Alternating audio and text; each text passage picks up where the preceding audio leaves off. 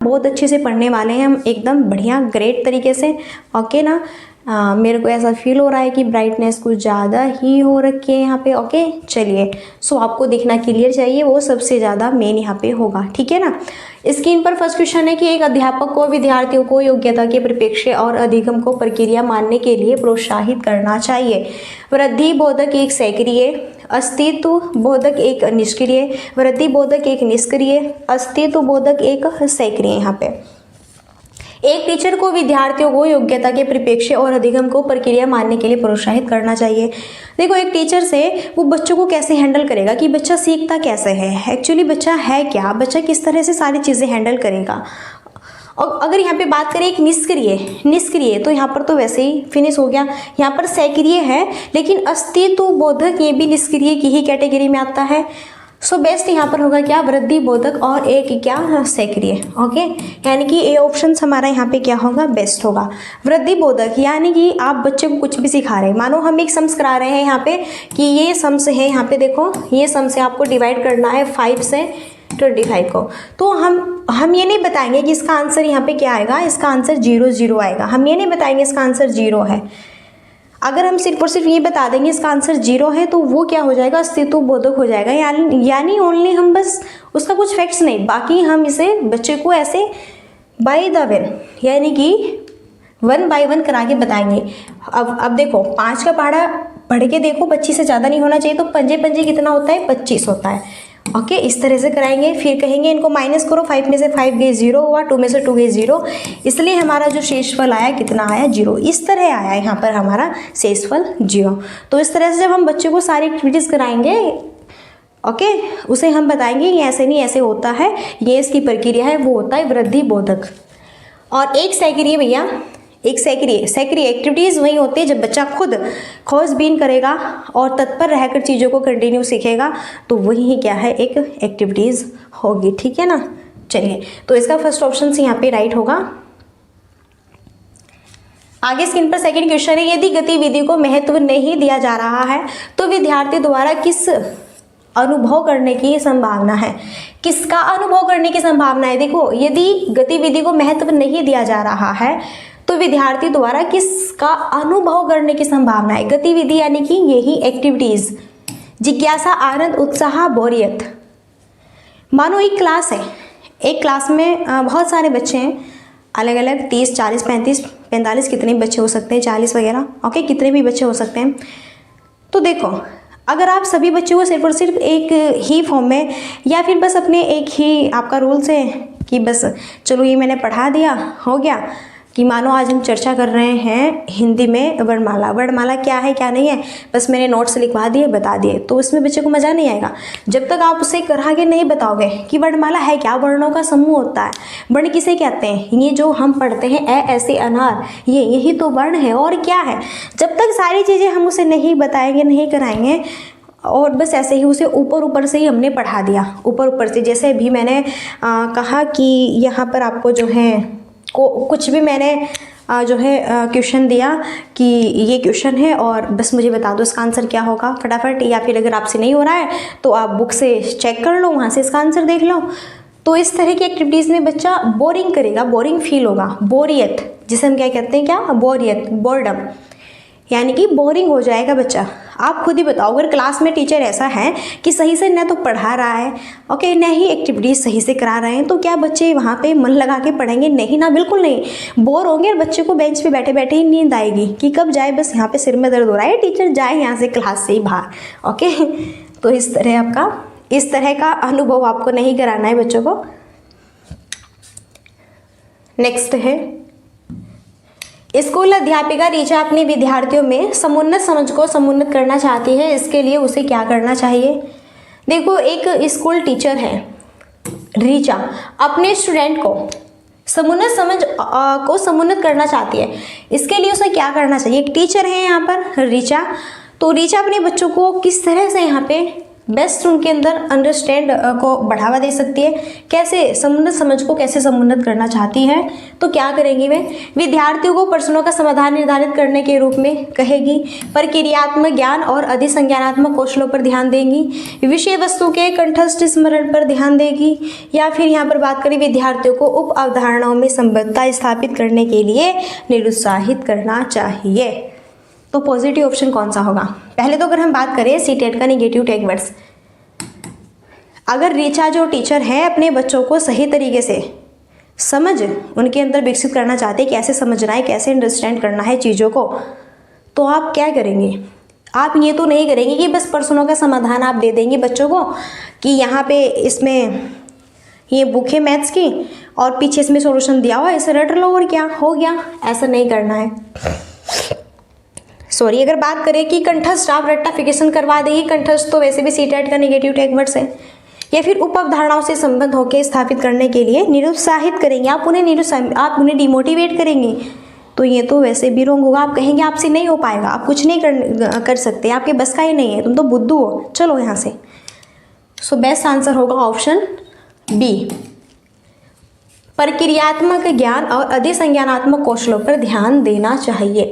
प्रक्रियात्मक ज्ञान यानी कि यहाँ पर सिर्फ और सिर्फ आप यही नहीं बता रहे हैं कि जो है 3 और 2 और 4 होते हैं। अगर आपने कहा कि आपने 4 रोटी खाई, कि हमने आपको 10 रोटी दी, 10 रोटी में से 5 रोटी आपने खाई, आपके पास कितनी रोटी बची, इस तरह की एक्टिविटीज़ अगर आप कराएंगे बच्चों को, तो वो आपका कहलाएगा प्रक्रियात्मक ज्ञान। और अधिसंज्ञानात्मक कौशलों पर यानी कि अधिसंज्ञानात्मक उनकी नॉलेज को गहराई से यानी कि अगर बच्चे जो है आपसे पूछे कि मैम जो है पानी कैसे बनता है, मैम बारिश कैसे होती है बारिश, तो आप कहेंगे जो सूर्य हैं और सूर्य जो जब सूर्य निकलता है उसकी किरणें जो होती है बहुत ही तेज़ जो होती है, तो वो फिर पानी का वाष्प बनाती है, वाष्प से फिर भाप जो बनती है उसके बादल बनते हैं, और बादल से फिर क्या होती है, बारिश होती है, बारिश का पानी फिर कहाँ पे जाता है, नदियों में जाता है। तो इस तरह से जब आप अलग अलग एक्टिविटीज़ के थ्रू बताएंगे वो अधिसंज्ञानात्मक कौशल यहाँ पर होगा, इसलिए हमारा बी ऑप्शन क्या होगा यहाँ पे बेस्ट होगा। ठीक है, आई होप समझ आ गया होगा, ठीक है ना। आगे बढ़े नेक्स्ट स्क्रीन पर 4 क्वेश्चन, निम्नलिखित में से कौन सी सामाजिक रचनावादी कक्षा की विशेषता है? इनमें से कौन सी सामाजिक रचनावादी कक्षा की विशेषता है? तो अध्यापक द्वारा विद्यार्थियों में प्रतियोगिता और मुख्य दृष्टिकोण का विकास करना, अन्वेषण संबंधी अधिगम के लिए अनुकूलित परिवेश, कंठस्थीकरण, ओके, या फिर मानकीकृत पाठ्यचर्या से सांस्कृतिक भिन्नताओं का ध्यान नहीं रखती हो, तो बताना है बेस्ट यहाँ पे क्या होगा। ओके, कौन सी सामाजिक रचनावादी कक्षा की विशेषता है इसमें? कौन सी सामाजिक रचनावादी कक्षा की, सामाजिक यानी कि समाज से जुड़ के आप जब चीज़ें सीखते हैं अपने जो है, आपको पता है कि हम जब एक दूसरे बंदे के साथ में बातचीत करते हैं, विचार विमर्श करते हैं, संप्रेषण करते हैं, तो हमें बहुत कुछ सीखने को मिलता है। ठीक है, तो यहाँ पे अध्यापक द्वारा विद्यार्थियों में प्रतियोगिता उन्मुखी दृष्टिकोण का विकास, यहाँ पर आप बच्चों में तुलना क्रिएट नहीं करेंगे। आप ये नहीं कहेंगे कि आपके एक ही क्लास के बच्चे, आप कहेंगे नहीं राम जीतेगा, श्याम नहीं जीतेगा, ना मोहन जीतेगा, ना सीता जीतेगी, ना गीता मीता जीतेगी, कोई नहीं, बस राम ही जीतेगा, राम ही जीतता है, राम ही जीतेगा, राम ही जीता है। आप इस तरह के नारे लगा रहे हैं, बोल रहे हैं, तो ये सही नहीं है। ओके, कंठस्थीकरण करना ये तो वैसे भी रॉन्ग हो गया सीटेट का। भैया क्या रटवाने को कहोगे कि बस रट लो, कि जो भी यहाँ पर मैंने कराया है इसको रट लो, श्यामपट से उतारो और रट लो। मानकीकृत पाठ्यचर्या यूज करेगी, ये भी यहाँ पर आपका निगेटिव टैग वर्ड से ही आता है। ठीक है, और भिन्नताओं का ध्यान नहीं रखती है, जो पढ़ा रही है टीचर्स इस तरह, जबकि बेस्ट होगा यहाँ पे ऑप्शन बी। जी हाँ, ऑप्शन बी बेस्ट होगा। अन्वेषण संबंधी अधिगम के लिए अनुकूलित क्या परिवेश, बिल्कुल अन्वेषण संबंधी अधिगम के लिए अनुकूलित जो है 3 बच्चे हैं, राम, सीता, मोहन। राम बहुत फास्ट पढ़ता है, बढ़िया से अच्छे सारी चीज़ें कवर करता है, सीता उससे थोड़ा धीमे पढ़ती है, कोशिश करती है, लेकिन मोहन है बहुत ही धीमा पढ़ता है। तो बाप ये तो नहीं कहेंगे कि बस यही 2 बच्चे मेरे लिए परफेक्ट हैं, मोहन कुछ नहीं कर सकेगा अपने जीवन में, तुम बुद्धू हो, तुम ये हो वो हो, तो उस बच्चे का इतना मनोबल टूट जाएगा कि वह स्कूल तो आने की बात है, स्कूल की तरफ देखना भी बंद कर देगा। तो क्या आप इस तरह का एक्टिविटीज़ करोगे? नहीं ना। तो आपको ऐसा अनुकूलित परिवेश बनाना है, सभी बच्चों को लेकर के चलना है। ठीक है, तो ये हमारा क्या होगा, बेस्ट आंसर होगा। नेक्स्ट है, विद्यार्थी कक्षा में अधिगम की प्रक्रिया में अधिक सक्रिय और सहभागी बना महसूस करता है यदि कक्षा परिवेश समुन्नत करता है, अवधारणाओं के बारे में जिज्ञासा, अपने विचारों पर विचार विमर्श, या फिर अध्यापक का निष्क्रिय अनुकरण, या फिर ज्ञान का मात्र पुनरुत्पादन। 4 ऑप्शन है यहाँ पे, चूज करना है कौन सा बेस्ट आंसर हमारा होगा। ठीक है ना। देखो, विद्यार्थी कक्षा में अधिगम की प्रक्रिया में अधिक सक्रिय और सहभागी बना महसूस करते हैं यदि कक्षा परिवेश समुन्नत करता है। देखो, बच्चे हैं जब स्कूल आते हैं और कक्षा में बैठते हैं तो सभी बच्चे अपने आप को बहुत ही स्ट्रॉन्ग मानते हैं कि मैं बहुत होशियार हूँ, मैं बहुत होशियार हूँ, मैं वो बिल्कुल, और मानना भी चाहिए अपने आप को। लेकिन आप मेहनत भी करो और आप सही से रुचि भी लो, मोटिवेट भी हो खुद भी। तो यहाँ पे देखो, अध्यापक का निष्क्रिय अनुकरण, क्या अध्यापक गलत तरीके से पढ़ाएगा, सिखाएगा, गलत बोलेगा और आपको कहेगा आप गलत सीखो, ऐसा नहीं करना। ज्ञान का मात्र पूर्ण उत्पादन देना, एक मात्र ज्ञान की एक मात्र नॉलेज देनी है, पूर्ण रूप से खुलकर नॉलेज नहीं देनी है, बस एक मात्र नॉलेज देनी है यहाँ पे थोड़ी सी, नो। जबकि यहाँ पे अवधारणाओं के बारे में जिज्ञासा उत्पन्न करना, अपने विचारों पर विचार विमर्श करना, जिज्ञासा उत्पन्न करना, यानी कि आप कुछ पूछना चाहते हैं, आप कुछ सीखना चाहते हैं, आप कुछ करना चाहते हैं, या फिर आप कुछ बताना चाहते हैं, या फिर कुछ आप पूछना चाहते हैं जिसमें आपको डाउट्स है कि बताओ ये दुनिया है क्या, ये दुनिया कैसे आई, कुछ भी पूछ लो भैया। बच्चे तो कुछ भी पूछ लेते हैं। ठीक है, अपने विचारों पर विचार विमर्श करो, चिंतन करो, तर्क वितर्क करो, अपने आप आपको सारी चीज़ों का सॉल्यूशन मिलेगा और आप सीखेंगे भी। विद्यार्थियों के अधिगम को सहज सुगम बनाने के लिए अध्यापक को किस प्रकार की गतिविधियों का संचालन करना चाहिए। तो क्वेश्चन कह रहा है कि विद्यार्थियों को अधिगम को सहज सुगम बनाने के लिए अध्यापक को किस प्रकार की एक्टिविटीज़ का संचालन करना चाहिए जो उनके प्रतिदिन के जीवन के लिए प्रासंगिक हो, जो यांत्रिक हो और जिसमें निष्क्रिय श्रवण शामिल हो। निष्क्रिय सुनो, गलत अगर आप लोग गलत सुनो, मानो कि आप सोसाइटी में रहते हैं, जिस भी वातावरण में, इन्वायरमेंट में, वहाँ पर बंदे गाली देते हैं तो आप गाली सीखोगे, बिल्कुल ये रियल है। जो संदर्भ से हटकर हो, कह रहे हैं कि पढ़ा रहे तो है कि पढ़ा रहे हैं यहाँ पे इंग्लिश है, लेकिन आप जा रहे हैं साइंस की ओर, तो ये भी गलत है। जो पढ़ा रहे हैं भैया उसी लेवल तक टिकाऊ रहे, हटो नहीं अपने चैप्टर से। जो जटिल से सरल की ओर जाए, नो जटिल से सरल। क्या जब बच्चा पैदा हो जाता है, जब वह यहाँ पे उसका नर्सरी प्री में और फर्स्ट क्लास में 5 साल के बाद एडमिशन होता है, क्या उसे एकदम बढ़िया यहाँ पे प्री में संख्या क्या होती है ये सिखाई जाती है कि पहले स्टार्टिंग में उसे 1 2 गिनती सिखाई जाती है, ये छोटी छोटी? ये भी रॉन्ग होगा। तो सबसे बेस्ट होगा ऑप्शन ए। कह रहे हैं कि जो उनके प्रतिदिन के जीवन के लिए प्रासंगिक हो, जो उनके प्रतिदिन के जीवन से जुड़ी हो। आप घर पे आज क्या खा के आए हो, खाना खा के आए हो, कौन सी सब्जी खा के आए हो, हरी थी वो कि कैसी थी, रोटी किसकी खा के आओ, गेहूँ कैसे आए कैसे नहीं, ये सारी चीज़ें बताइए, डिस्कशन कीजिए। कौन से फ्रूट्स खाते हो आप, क्या है उसका नाम, कलर क्या है। ओके, बहुत सारे क्वेश्चन है, बहुत सारी चीज़ें हैं जिससे आप बच्चों को अट्रैक्टिव कर सकते हैं और उन्हें बेहतर तरीके से सिखा भी सकते हैं। फोर जस्ट आगे नेक्स्ट है, विद्यार्थियों में समालोचनात्मक चिंतन का विकास किस प्रकार सहज सुगम किया जा सकता है। समालोचनात्मक चिंतन का मतलब वही होता है जिस क्वेश्चन के एक से अधिक आंसर होते हैं। जैसे मैंने पूछा कि बताना है प्रधानमंत्री जो नरेंद्र मोदी हैं उनके बारे में विचार विमर्श करो, बताओ उनके बारे में, सही बताओ गलत बताओ, जो भी तुम्हारे मन में आया है आज सब कुछ बता दो। तो भैया फिर देखो कैसे लाइन लग जाएगी क्वेश्चनों की भरमार। ओके, विविध संदर्भों में अधिगम के अनुप्रयोग के जो है थ्रू समक्ष के स्थान पर कार्य को शीघ्र पूरा करने के लिए प्रतियोगिता करवा देना, अध्यापक द्वारा दिए गए व्याख्यान का केवल संसारीकरण करना, या फिर विषय वस्तु का कंठस्थीकरण और अध्यापक का निष्क्रिय अनुकरण। तो ये निष्क्रिय है, ये कंठस्थीकरण, ये सीटेट का निगेटिव टैग वर्ड से इन पर ध्यान नहीं दो, इन्हें कट करो। केवल भी निगेटिव टैग वर्ड से ऐसे भी कट करो। कह रहे हैं कि समक्ष के स्थान पर कार्य को शीघ्र पूरा करने के लिए प्रतियोगिता करवा देना, कि कार्य को बस हमें समाप्त करना है, पूरा करना है। मानो मेरा चैप्टर से हिंदी का, मैं हिंदी की टीचर्स हूँ, मैं आपको हिंदी पढ़ाऊंगी, लेकिन सिर्फ और सिर्फ मेरा एक उद्देश्य यह है कि बस मुझे फटाफट जो है हिंदी पढ़ा के क्लास से निकलना है, फुर होना है। बच्चे समझे या न समझे मुझे कोई मतलब नहीं, मुझे तो फुर होना है क्लास से बस एकदम। ठीक है, तो ये क्या है, रॉन्ग है आपकी, ये थिंकिंग आपकी रॉन्ग है, ऐसा नहीं करना है। जबकि विविध संदर्भों में अधिगम के अनुप्रयोग के थ्रू, विविध संदर्भ में यानी यही तो मैंने कहा है जिसके बहुत सारे डिफरेंट आंसर हों, उस चीज़ को आप खोजो, उस चीज़ के बारे में यहाँ पर आप बताओ और पूछो।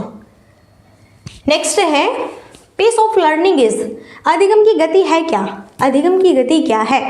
अधिगम की गति, अधिगम मतलब लर्निंग होता है सीखना सिखाना, पूरी तरह व्यक्तिगत कारकों पर डिपेंड है, पूरी तरह वातावरण पर डिपेंड है, व्यक्तिगत और वातावरणीय कारकों दोनों से स्वतंत्र है, या फिर व्यक्तिगत और वातावरणीय कारकों की पारस्परिक क्रिया पर डिपेंड है। अधिगम सीखने की गति कैसी है? सीखने की गति कैसी है? मानो कि चलो मानते हैं पेरेंट्स हैं, ओके, जिसमें कि उसकी मम्मा जो है उसे गाना बहुत पसंद है, यानी कि सिंगर बनना, यानी कि बहुत अच्छी वॉइस है उसकी, अच्छा गाती है, बढ़िया। और मानो उसके जो संतान हुई यहाँ पे लड़की है फिर लड़का है, जो भी है, ठीक है, जो बच्चा हुआ है मानो लड़की है, तो अगर बात करते हैं कि उसमें भी हेरेडिटी, अनुवांशिक अपनी मम्मा के ये क्वालिटीज़ है कि जैसे उसकी मम्मी को गाना पसंद है ऐसे बच्ची को भी, बच्ची में वो हुनर आ गया। लेकिन ये सिर्फ और सिर्फ बस हुनर है तो इसका मतलब ये नहीं है कि वो कामयाब हो जाएगी, नो, वो तो हेरिडिटी है, अनुवांशिकता है, ओके। लेकिन जब तक हम उसे इन्वायरमेंट वो प्रोवाइड नहीं कराएंगे तब तक कैसे वो चीज़ पॉसिबल होगी। ये तो कह रहे हैं कि इन्वायरमेंट और हेरिडिटी दोनों का क्या होता है, समन्वय होता है, इसलिए डी ऑप्शन क्या होगा, बेस्ट होगा, ओके। व्यक्तिगत और वातावरणीय, उसकी मम्मा की जो हॉबी है बच्चे की वही हॉबी है, लेकिन यहाँ पर आपको वो वातावरण भी तो प्रोवाइड कराना पड़ेगा, बढ़िया अच्छे से सारी चीज़ें यहाँ पर उसे ऐसी शिक्षा दीजिए, सारी चीज़ें उसे प्रोवाइड कराइए, प्रैक्टिस कराइए, तभी तो जाके बनेगी, बहुत मेहनत से, ठीक है ना। नेक्स्ट है विद्यार्थियों की वैकल्पिक अवधारणाएं, क्या उनकी अनदेखी करके निरुत्साहित करो, क्या उसके अनुभव से संबंधित नहीं है, क्या हमेशा अत्यंत गलत होती है और तर्कहीन चिंतन प्रक्रिया को दर्शाती है, या फिर अर्थ निर्माण की प्रक्रियाओं में गढ़ी गई सहज संरचना को दर्शाती है। विद्यार्थियों की वैकल्पिक अवधारणा, देखो विद्यार्थियों की बहुत अलग अलग अवधारणाएं होती है, बहुत डिफरेंट सी थिंकिंग होती है। जो बच्चे होते हैं जी, जो छोटे छोटे से बच्चे होते हैं उनकी बहुत डिफरेंट थिंकिंग होती है। क्या क्या सोचते हैं कुछ नहीं पता, कुछ भी पूछ लेते हैं, कुछ भी सोच लेते हैं, कुछ भी बोल देते हैं, और कुछ भी जो है क्वेश्चन बना लेते हैं, कुछ भी आंसर बना लेते हैं, है ना, ऐसा होता है ना, बिल्कुल होता है। बच्चे को जो चीज़ नहीं पता उसे बार बार पूछते हैं, ये है क्या, ये कैसे होता है, ये क्या चीज़ है, क्या नहीं है, जैसा कुछ भी है, सब फैन है, बच्चा बोलते हैं मम्मा ये फैन कैसे आया, कहाँ से आया, कैसे चलता है, क्या रीज़न है, क्या कारण है, मम्मी कैसे चलता है ये बताओ ना। तो विकल्प इसी तरह से बच्चे क्लास में होते टीचर्स के सामने कुछ भी पूछ सकते हैं, सर ये जो आप पढ़ा रहे हैं ये क्या है सर, इसमें इनका, अगर हम गौतम बुद्ध की कहानी पढ़ा रहे हैं, सर गौतम बुद्ध कौन थे, कौन थे सर गौतम बुद्ध, क्या भगवान थे सर ये, या फिर ये इंसान थे, कौन थे सर ये। इस तरह बच्चों की एक्टिविटीज़ होती है ना, बिल्कुल होती है। तो हम इन्हें अनदेखा करके निरुत्साहित नहीं करेंगे तो गलत हुआ, या फिर क्या कहेंगे उनके अनुभव से संबंधित नहीं है, ये भी गलत हुआ, या फिर हमेशा ही गलत है और तर्कहीन चिंतन प्रक्रिया को दर्शाता, ये भी गलत हुआ। जबकि अर्थ निर्माण की प्रक्रियाओं की, ठीक है, गढ़ी गई सहज संरचनाओं को दर्शाती है। अगर बच्चा इस तरह से छोटी छोटी चीज़ें पूछता है कि आप उसे जो भी पढ़ा रहे हैं, गौतम बुद्ध की कहानी पढ़ा रहे हैं, और बच्चा पूछता है गौतम बुद्ध क्या भगवान थे, और सर जी पीपल का पेड़ कैसा होता है, क्योंकि पीपल के पेड़ के पास ही तो उन्होंने जो है उसके नीचे ज्ञान की प्राप्ति हुई थी उन्हें, तो बच्चे पूछ ले कि सर पीपल का पेड़ कैसा होता है। तो देखो बच्चे डिफरेंट होते हैं, कुछ भी पूछ सकते हैं। किसी भी अवधारणा का शिक्षण करते समय किस बात से बचना बहुत ही इम्पोर्टेंट है, बचना इम्पोर्टेंट है। किसी भी अवधारणा का शिक्षण करते समय किस बात से बचना बहुत ही डिफरेंट है, बहुत ही जो है इम्पोर्टेंट है। अवधारणाओं के विभिन्न पहलुओं के मध्य संबद्धता स्थापित करना, कारक प्रभाव संबंधों को रेखांकित करना, अवधारणाओं को गैर उदाहरणों के साथ प्रस्तुत करना, संप्रभुत्व की विषय वस्तु को जानकारियों से असंबंधित खंडों के रूप में प्रस्तुत करना। किसमें? असंबंधित खंडों के रूप में, असंबंधित खंडों के रूप में गलत हो गया। या फिर कारक रेखांकित करो, ओनली टिक लगा दो बस, ये है, नो नो नो नो। गैर उदाहरण अवधारणाओं के साथ प्रस्तुत करना है तो, लेकिन सबसे बेस्ट होगा ऑप्शन है अवधारणाओं के विभिन्न पहलुओं के मध्य संबद्धता स्थापित करना। जी हाँ, ये ऑप्शन बेस्ट हो। और सॉरी, किससे बचना चाहिए, सॉरी मैंने ध्यान नहीं दिया।